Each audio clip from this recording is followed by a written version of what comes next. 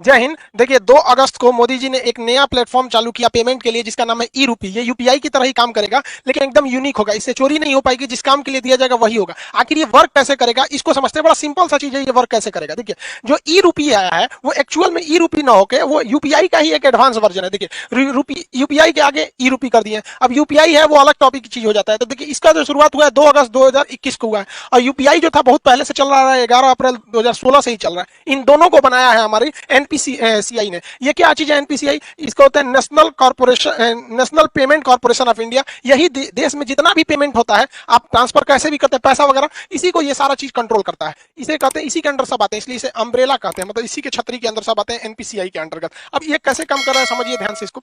ये है, इसमें मैसेज या क्यूआर कोड द्वारा आपको एक स्पेसिफिक कोई भी सुविधा भेजनी होगी तो ये क्यूआर कोड द्वारा आएगा। क्यूआर का फुल फॉर्म क्या होता है? Quick response. ये बड़ी तेज रिस्पॉन्स करता है, पेमेंट कटाना है क्विक रिस्पॉन्स तुरंत ये काट देता है। अब किसी के पास ही छोटा मोबाइल हुआ है ये वाला, अब इसमें क्यूआर कोड आएगा नहीं तो इसमें एसएमएस जाएगा, शॉर्ट मैसेज सर्विस। ये एसएमएस के थ्रू आपको एक कोड मिल जाएगा, वो कोड जिसको दीजिएगा उतने बदले आपको वो सुविधा दे देगा। तो ये आता कैसे, अब ये कैसे काम करेगा इसको ध्यान से समझते हैं। जैसे अगर सरकार किसी को कंबल देना चाहती है तो सरकार के पास पहले यही 2 ही रास्ते थे, या तो उसको कंबल दे या तो उसको पैसे दे। बीच में से पूरा कंबलों गायब हो जाता था, पैसों गायब हो जाता था। किताब देना चाहती है तो भाई कोई भी चीज, या कपड़ा देना चाहता है, खाना देना चाहती है, तो सरकार के पास यही रास्ते। अगर सरकार खाना देगी तो कई तरह से घोटाला, लोग खाने का पैसा मार जाएंगे या खाने की क्वालिटी गिरा देंगे। अभी सरकार ने कहा था मास्क बांटने के लिए 20 रुपया की जगह पे 2 रुपया वाला मास्क बांट दिया था, 50 रुपया मास्क बोला था तो 2 रुपया वाला बांट दिया था। अलग अलग चीज में सरकार पहले देना कुछ चाहती है, वहां तक पहुंच नहीं पाता है, तो इसको ये पूरी तरह से खत्म कर देगा। क्योंकि ये स्पेसिफिक जिस पर्पज के लिए दिया जाएगा आप वही काम यूज ही कर सकते हैं और जिसे दिया जाएगा वही यूज कर पाएगा। कैसे करेगा इसको समझिए। जैसे मान के चलिए ये एक किसान है भाई साहब, इनको, ये एक पर्सन है, इनको किस यूज के लिए सरकार पैसा देगी? सरकार ने इन्हें 1000 रुपया देना चाहती है कि आप जाके फर्टिलाइजर यूरिया वगैरह खरीद लीजिएगा। तो अगर इनको कैश पैसा दिया जाता तो कोई गारंटी नहीं थी कि वो यूरिया खरीदते कि कुछ और खरीद लेते। तो अब सरकार क्या करेगी, इनके मोबाइल पर 1000 रुपए का एक क्यूआर कोड भेज देगी। अब ये किसान सोचेंगे कि मान के चलिए, सोचा कि एक काम करते हैं 1000 का यूरिया की जगह पे ना दारू खरीद लेते हैं शराब के दुकान पे। तो इनके मोबाइल पे आया है 1000 का क्यूआर कोड, इनको लगेगा कि भैया कहीं चलेगा। अब ये दारू के दुकान पे जाके कहेंगे कि हमको 1000 का शराब दे दीजिए, तो वो कहेगा क्यूआर कोड दीजिए। तो शराब के दुकान वाला जब क्यूआर कोड को स्कैन करेगा ना तो उसमें ये इनवैलिड कहेगा। क्यों?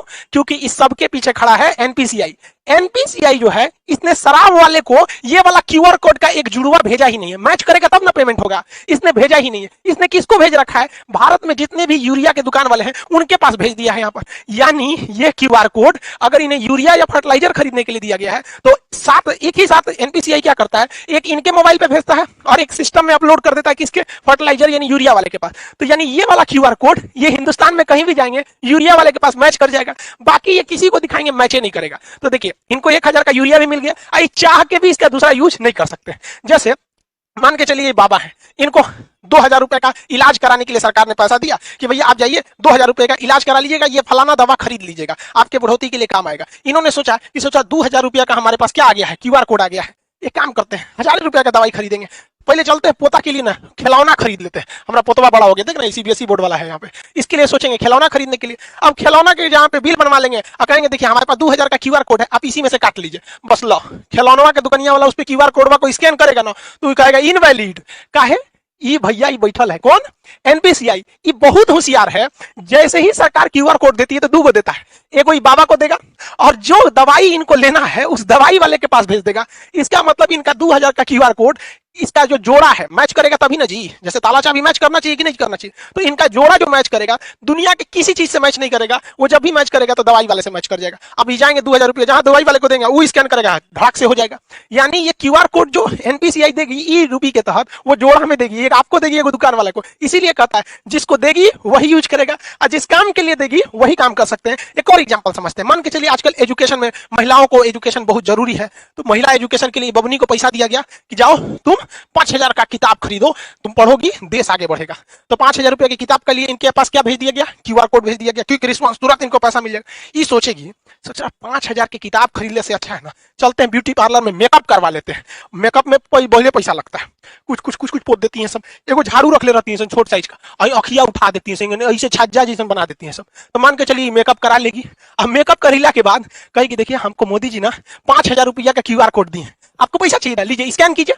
तो निकालेगी स्कैन करने के लिए, ब्यूटी पार्लर वाला कहेगा नॉट मैच, जा एक तो मेकअप हो गया, अब मैच ना करेगा। काहे कि जो एनपीसीआई है ना इसने क्या किया है कि 5,000 रुपया का क्यूआर कोड एकरा मोबाइल में तो भेजबे किया है, साथ ही साथ जिस किताब के लिए भेजा गया है वो किताब कहां कहां बेचती है, जहां जहां वो किताब बिकती है उस दुकानदार के पास भी है वहां पर, तो वही किताब ये वाले में मैच करेगा। समझ में आ गया कि नहीं आ गया? दूसरा कोनो चीज में मैच नहीं कर सकता है, ये फायदा है। इसीलिए इसे कहा जाता है कि स्पेसिफिक पर्सन ही यूज कर सकता है और उसी काम के लिए यूज कर सकते हैं जिसके लिए इसे भेजा गया है। ये क्यूआर कोड जो है ई रूपी का, ये बनेगा कैसे? अब देखिए कैसे बनेगा, उसमें बैंक बनाएंगे, सब बैंकों की जिम्मेदारी है। अभी शुरुआत में कुछ बैंक है जैसे एसबीआई, एचडीएफसी वगैरह वगैरह, धीरे धीरे सारे बैंकों को इसे जोड़ दिया जाएगा। बैंक के पास ही ये अधिकार होगा ये प्रीपेड सर्विस देने के लिए। जैसे मान के चलिए बहुत सारी कंपनी है, डेल कंपनी है, अमेरिका की डेल कंपनी या कोई कंपनी है, वो चाहती है अपने किसी वर्कर को मुंबई भेजी है काम से कि अब मुंबई में उसको रहने के लिए बढ़िया होटल चाहिए, तो उसने वर्कर को दिया कि लो भैया 20,000 रुपया तुम ताज होटल में रह जाना, क्योंकि मेरी कंपनी का नाम होगा ताज होटल में रहोगे तो। लेकिन वर्कर सोचेगा ताज होटल में ना रह के कोनो और होटल में रखते तो पैसा बचा लेंगे, तो कंपनी को लॉस लगा कि नहीं लगा?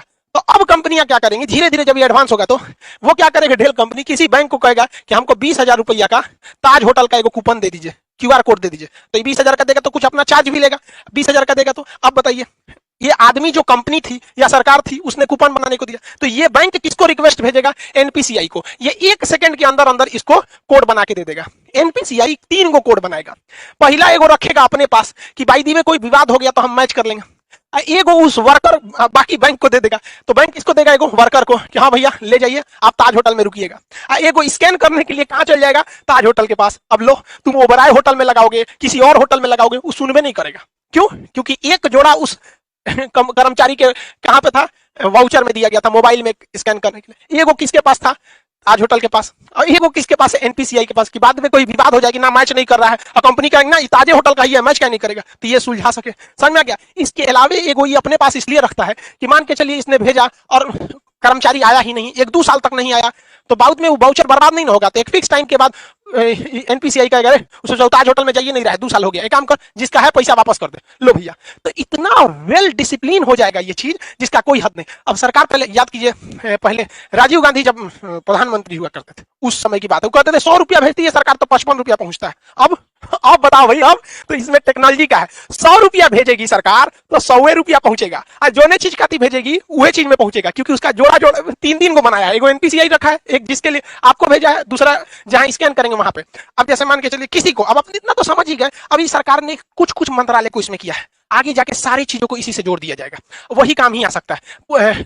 कई ऐसे डिपार्टमेंट है सरकार के जहां सरकार देती है पेट्रोल भरवाने का पैसा कि लीजिए फलाना अधिकारी हैं आप, पेट्रोल भरवा लीजिएगा 10,000 का, और दौरा कीजिए गांव-गांव में विकास हो रहा है कि नहीं। तो सर अधिकारी क्या करते थे, सब घर में सुतते थे सर, अब पेट्रोलों का पैसा बेच देते थे सर। अब सरकार ई ना करेगी, अब सरकार उनको 10,000 रुपया का पेट्रोल ना देगी, 10,000 रुपया का क्यूआर कोड देगी। लो बउआ तू 10,000 का क्यूआर कोड लो, और भारत के पेट्रोल पंप को भी वो क्यूआर कोड सेम दे देगी कि हमारा अधिकारी जहां आएगा पेट्रोल भरवाएगा, क्यूआर कोड दिखाई दे देना। अब अगर वो घर में बैठल है, कैश पैसा आना नहीं है, टाइम के अंदर खत्म नहीं होगा, तो एनपीसीआई वापस पैसा सरकार को भेज देगा। अब लो, तो इसीलिए इसे कहा जाता है कि स्पेसिफिक पर्पज के लिए ही स्पेसिफिक इंसान ही यूज कर पाएगा। तो ये पूरा खेल चल रहा है एनपीसीआई के अंडर में, वो काफी मैच कर रहा है इसको। इसके और भी बहुत सारे फायदे हैं। पहला कि इसके लिए किसी भी तरह के नेट की जरूरत नहीं है, आपको जरूरत नहीं है, जो पैसा काटेगा उसको जरूरत है। अब मेरे पास क्यूआर कोड आ गया है तो हमको क्या जरूरत है नेट कोड का, जो पैसा काटना है जो दुकानदार है उसके पास रहना चाहिए, पर्सन के पास नहीं रहना चाहिए। इसके लिए किसी एप्लीकेशन की जरूरत नहीं है।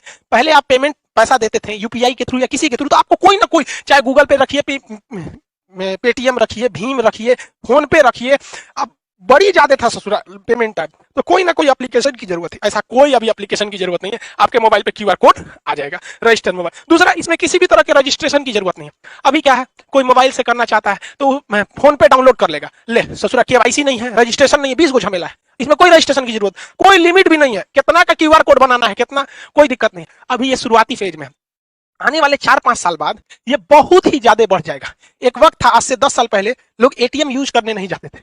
एगो बैंक का एटीएम था, सोचा कौन बैंक का था, आईसीआईसीआई का था कि एचडीएफसी का, उसमें हम आज से 10-12 साल पहले एटीएम का कड़वा लगाया था तो अंदर लेके चल गया था, धक धक करने लगा था, सोचा हमारा कड़वा अंदर ले गया, देगा कि नहीं देगा। लेकिन आज देखिए एटीएम कितना फेमिलियर हो चुका है, तो धीरे धीरे ये भी काफी फेमिलियर हो जाएगा। अब आप समझ गए कि ये स्पेसिफिक काम में ही इसे यूज किया जा सकता है। आने वाले वक्त में सारे लोग अब ऐसे ही करेंगे। जैसे कोरोना में किसी को आपको खाना देना है, तो एक काम कीजिए, आपको मान के चलिए दिल्ली के लोगों को खाना देना है, तो आप क्या कीजिए, 1000 क्यूआर कोड बना लीजिए, और उस क्यूआर कोड का एक कॉपी तो एनपीसीआई के पास रहेगा, आपको दुइये को ना मिलेगा। तो आप क्या कीजिए, उस 1000 क्यूआर कोड को दिल्ली के होटल को दे दीजिए और बाकी बचा को 1000 जनता को दे दीजिए। तो वो क्यूआर कोड कहां जाएगा, होटल में खाइबे करेंगे, बाकी तो पैसा मिलेगा नहीं। तो जिस काम में जाएंगे अब पैसा वहीं यूज होगा। बहुत बहुत धन्य है भैया ये टेक्नोलॉजी जो आया। अगर ये टेक्नोलॉजी नहीं रहता, नेट इतना नहीं रहता, तो बहुत ये सब चीज बहुत मुश्किल थी। और एक तरह से अगर आप देखेंगे ना तो डिजिटल इंडिया का यही फायदा है। और डिजिटल इंडिया को सफल बनाने में सबसे ज्यादा अगर कोई योगदान है तो जियो ने जो शुरुआत में फ्री दिया, लोगों को इतना ना आदत दिला दिया कि लोग अब डिजिटल हो गए। पहले डाटा बहुत महंगा मिलता था, 999 में 1 GB ऐसे करके 3G मिलता था, और रात भर अगर डाटा ऑन हो गया, सुबह उठते आदमी देखता था डाटा ऑन, अरे बाप मर गए रे ससुरा, सब उड़ जाएगा। आज कोई टेंशन ही नहीं, सबका डाटा हमेशा ऑन रहता है। तो इसमें जियो ने भी बहुत ज्यादा योगदान दिया है दुनिया में सबसे सस्ता डाटा हम लोग को देकर। आई होप आप इसको समझे होंगे। मिलेंगे नेक्स्ट क्लास में। जय हिंद।